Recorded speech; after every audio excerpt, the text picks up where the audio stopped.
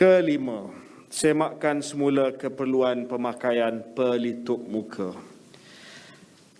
Saya ingin umumkan bahawa pemakaian pelitup muka adalah wajib apabila berada di dalam bangunan indoor dan di dalam pengangkutan awam termasuk e-hailing. Namun, pemakaian pelitup muka di luar bangunan, outdoor, dan kawasan terbuka adalah atas pilihan optional, tetapi masih amat digalakkan kerana pelitup muka mampu mengurangkan penularan jangkitan.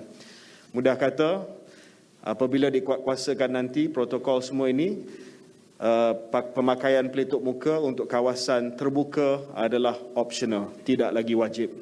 Hanya pemakaian pelitup muka dalam kawasan tertutup, indoor, masih wajib.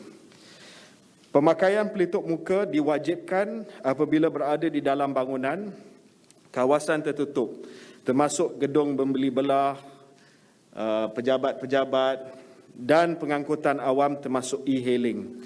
Dan penguatkuasaan di bawah Akta 342 akan terus dijalankan kepada individu yang gagal mematuhi arahan pemakaian pelitup muka bagi kawasan tertutup. We will still enforce mask mandates indoors.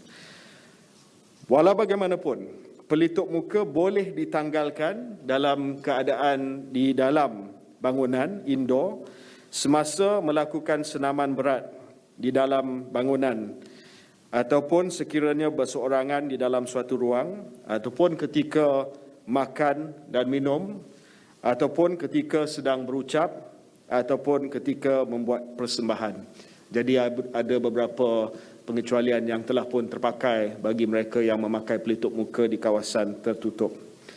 Pemakaian pelitup muka terutamanya di bangunan, dalam bangunan dan pengangkutan awam bagi Kementerian Kesihatan Malaysia masih lagi penting untuk melindungi diri serta orang sekeliling kita, terutamanya mereka yang berisiko tinggi seperti warga emas, kanak-kanak dan individu imunokompromis. Sebab itu kerajaan telah putuskan bahawa mask mandate ataupun mandat pelitup muka bagi kawasan tertutup masih diwajibkan. Tetapi kita bagi pilihan kepada mereka yang akan di kawasan luar bangunan. Pemakaian pelitup muka tidak diwajibkan di luar bangunan, outdoor. Ia mengambil kira risiko penularan jangkitan yang rendah dalam keadaan di mana pengudaraannya adalah baik seperti kawasan luar. Walau bagaimanapun, Kementerian Kesihatan Malaysia menggalakkan agar pemakaian pelitup muka di luar bangunan terus diamalkan, terutamanya apabila berada di kawasan orang ramai dan sesak seperti bazar Ramadan, pasar malam dan stadium. Masih lagi kita menggalakkan untuk pakai pelitup muka. Ataupun bagi individu yang bergejala, kalau demam, batuk, sesama, pakai pelitup muka, tak kira dalam ataupun di luar. Individu yang berisiko tinggi, contoh warga emas, imunokompromis yang tiada vaksin, digalakkan untuk pakai pelitup muka walaupun di kawasan luar bangunan.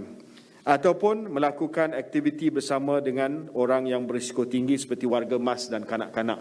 Jadi etika pemakaian pelitup muka ni mudah saja, ya. Di luar ada pilihan. Tetapi kalau ada kita nampak sesak orang ramai, pakailah pelitup muka, ya. Buat pilihan untuk pakai pelitup muka. Kalau ada orang yang tegur, cakap saya ni warga emas, saya minta cik kalau boleh pakai pelitup muka, pakailah pelitup muka. Ini adalah soal solidarity community dan tanggungjawab individu sekarang. Jadi kita bagi pilihan kepada rakyat Malaysia, penduduk di Malaysia sekarang ni bahawa di kawasan luar adalah pilihan anda. Tapi buatlah pilihan berdasarkan kepada nasihat yang dikeluarkan oleh Kementerian Kesihatan hari ini. Keenam, semakkan